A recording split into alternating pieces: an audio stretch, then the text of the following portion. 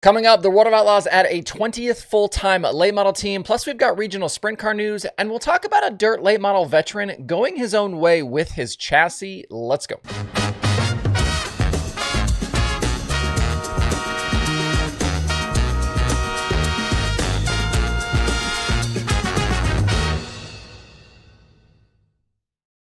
It's Wednesday, January 22nd. I'm Justin Fiedler. This is DIRTRACKR Daily presented by Kubota Genuine Parts. I know we've had breaking sprint car news this morning. I'm going to cover that on tomorrow's show. So if you were watching this on Wednesday and you're like, hey, how come you didn't talk about this? No, I'm going to talk about that Thursday. There's likely more sprint car news coming and it all kind of ties together. So we'll cover that on the Thursday show. And real quick, before we get started, if you like what we do here 5 days a week, please consider subscribing to the show on YouTube, the podcast places, or like and follow on Facebook. It's free to do that everywhere, and it will help keep you in the loop on everything happening in dirt racing. You can watch full episodes of the Daily on YouTube, Facebook, and I just started in December also posting the video version to Spotify. You can obviously also listen on Spotify and Apple Podcasts, iHeartRadio, and at DIRTRACKR.com. Full show transcripts also available at DIRTRACKR.com/daily. We are just a tick over 600 subscribers short of 40,000 right now on YouTube, with our next goal at 50K for 2025. It was just the other day that I had Jimmy Owens on a show thumbnail as we talked about him and several other drivers signing on to run the Dirt Late Model National Tours this season. He's back today, though, because he's got some interesting things going on with his current chassis. There are a few places online where this is being talked about quietly, it's been pointed out, and I had a friend or two alert me to this in recent days. There was a brief period between, I believe it was 2021 and 2022, where Owens actually tried a Longhorn, but for a lot of the last several years, he's been a Rocket customer. That 2020 season where he won 11 Lucas races and won the series title going away was done in a Rocket. And as late as the Dirt Track World Championship last October, he was still in Rockets. But at the Hunt the Front Super Dirt Series finale weekend at the end of their season at I-75 Raceway last year, Owens showed up with something different. Gone was the Rocket XR1 sticker on the roll hoop, and missing was that typical intrusion bar that has become common on more modern cars. That intrusion bar runs from the halo down to the top side of the cage and the door. Rockets and Longhorns, they all have that intrusion bar, which you can see marked in these two photos. I've been told the older Bloomquist cars didn't have this added bar, and Capitals are still built this way as well. Here you can see one of the new Dennis Erb Jr. Capitals without that second intrusion bar. Owens, though, not driving a Capital. This car was supposedly built by Bruce Nunnally at Bruce Built. That's a name, continues to come up a lot in this space when we talk about dirt late models and people starting their own chassis brands and things like that.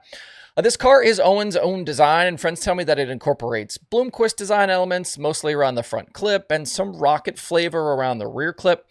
Owens, a talented fabricator in his own right, so it's not surprising he has some of his own thoughts and ideas. He spent many years building modified chassis under the Loose Gruff name. One other thing that's been pointed out as you kind of take a look at this car on the screen, obviously I've got it pointed out here, the no intrusion bar, but another thing that's been pointed out is the left rear suspension setup. In this photo, you can see a bracket with various mounting positions for radius rods, and this is usually found on the right rear of cars. It's a Z-Link or swing arm setup. I found an old Hot Rod magazine article online with more details on the Z-Link if you are curious. I'm not going to sit here and pretend like I understand how this stuff works.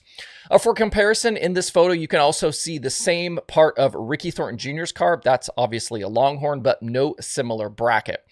After debuting the car with the Hunt the Front Series, Owens also ran it at East Alabama in November, World Finals, the Flow Series finale at Sonoya, and then was back to start this year at the Lucas Opener this past weekend at Golden Isles. Owens did not run this car at the Dome. He instead chose to bring a Rocket there. As for results, things seem to be a bit mixed so far. He was 5th at East Alabama. He hard charged, obviously, to 6th at Golden Isles, but nothing spectacular at the other races. Still very early yet, though, and we'll see if a bunch of races coming up during Speed Weeks will allow Owens to really dial it in more. He will be at Volusia this week for the Outlaw Opener. Today's practice at Volusia has been canceled for weather, but racing should be on track tomorrow night. Big thanks to those friends that reached out and provided me with info and details on this story.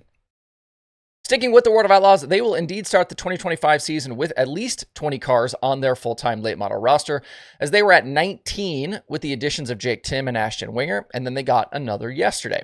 I've been saying for several weeks that Tanner English and the Coltman Farms racing team had been pondering a national tour run, and they have decided to go Outlaws. This brings English back to the Outlaws for the first time since 2022. That season, he finished second to Dennis Erb Jr. in the championship. He had 3 wins, and he was also Rookie of the Year. He's also previously been on tour with the Lucas Oil Late Model Dirt Series, so this obviously won't be English's first rodeo. This will be the first time, though, on a tour for Coltman Farms, who will also continue to field a car originally for Zach Mitchell. With so many cars signed on, we clearly don't expect all of them to make it to the end of the year, but things will be fierce through the opening part of the season to see who can get themselves established in the standings. At this point, I don't know of any other names still potentially thinking about a tour run, but I wouldn't put it past Steve Francis or even Rick Schwalbe to maybe have another addition or two into the future. In regional sprint car news from yesterday, the new All-Stars have added another to their full-time roster with the signing of Kalib Henry.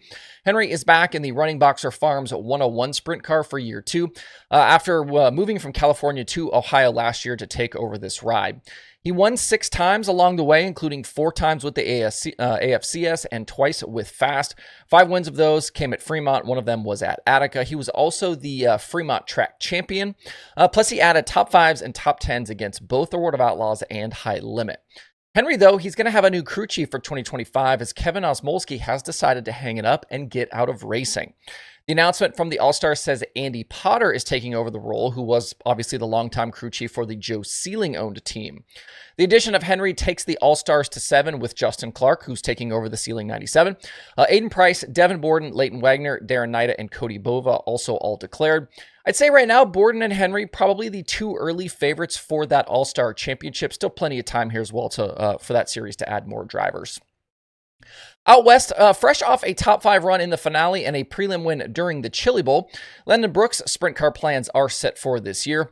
Brooks raced last season mostly with Shannon Wheatley in that sprint car, but we already knew Hank Davis is taking that seat for this year. No worries for Brooks, though, as he's going to drive for the Bates Hamilton team. BHR will field Brooks in a mix of races between NARC, High Limit, and the World of Outlaws. They will also campaign a second car for Justin Cox, who will run for the Placerville Speedway Track Championship. Cox has been the BHR driver for the last several years, but Brooks filled in for the BHR team late in 2024 after Cox was hurt in a NARC crash. So these two sides, Brooks and BHR, they already have had that relationship. Brooks joins drivers like Hank Davis and Tanner Holmes as running at least a partial NARC schedule next year, and we're waiting to see who will race that series full time. My assumption would be that Justin Sanders will be back to defend his title. That season, though, doesn't start until early March. That's your daily show for today. If you want even more dirt racing content, make sure to drop by DIRTRACKR.com/podcast and check out the other shows. There's always something new to discover over there, new episodes, new shows, things like that. So check that out. I hope you guys have a great Wednesday out there. We will see you right back here tomorrow.